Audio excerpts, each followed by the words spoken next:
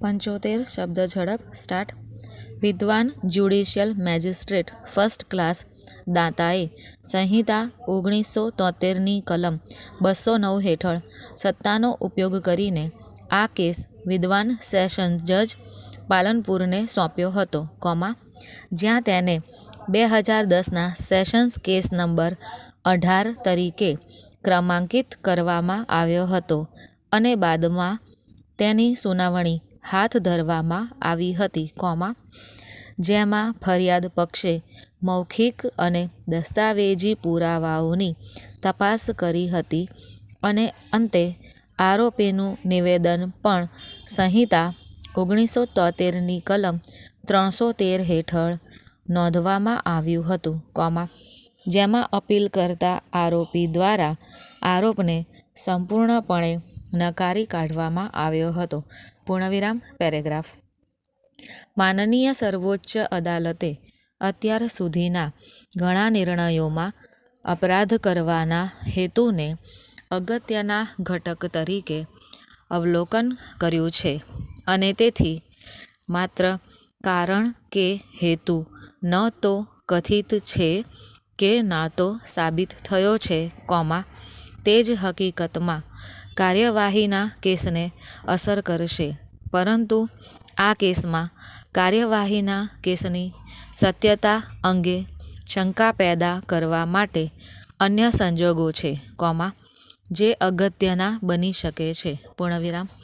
સંયોગિક પુરાવાના કિસ્સામાં જો ફરિયાદી પક્ષ દ્વારા આધાર રાખવામાં આવેલા સંજોગો શંકાની બહાર સાબિત થાય તો હેતુની ગેરહાજરી દોષિત ઠેરવવામાં અવરોધ ઊભો થઈ શકે નહીં. હેતુ હંમેશા ચોક્કસ પુરાવા માટે સક્ષમ હોતો નથી, જો સાબિત થાય તો તે માત્ર આરોપી વ્યક્તિ દ્વારા ગુનો કરવાની સંભાવનાને મજબૂત કરવા માટે વધારાનું સમર્થન આપી શકે છે, પરંતુ પુરાવાની ગેરહાજરી એ હકીકતમાં નિર્દોષ જાહેર કરવાની બાંહેધરી આપી શકે નહીં. ફરિયાદ પક્ષે પણ હેતુના પાસા પર સંતોષકારક પુરાવા રજૂ કર્યા નથી, તે મુદ્દો પણ ફરિયાદ પક્ષના કેસને અવિશ્વસનીય ગણાવવા માટે પૂરતો નથી. જ્યારે આરોપીએ હત્યા કરી હશે તે દર્શાવવા માટે પુષ્કળ પુરાવા હોય, ત્યારે હત્યાના હેતુ બાબતના પુરાવાની ગેરહાજરી ફરિયાદીના કેસને નબળો બનાવતી નથી.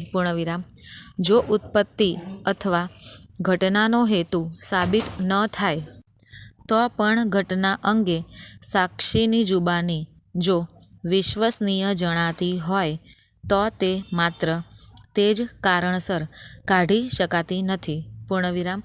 અહીં આરોપી પોતે હુમલાખોર છે અને કોર્ટ તેના માટે સંતુષ્ટ છે કે અને તેથી હેતુના પ્રશ્નને ધ્યાનમાં લેવાનો રહેતો નથી.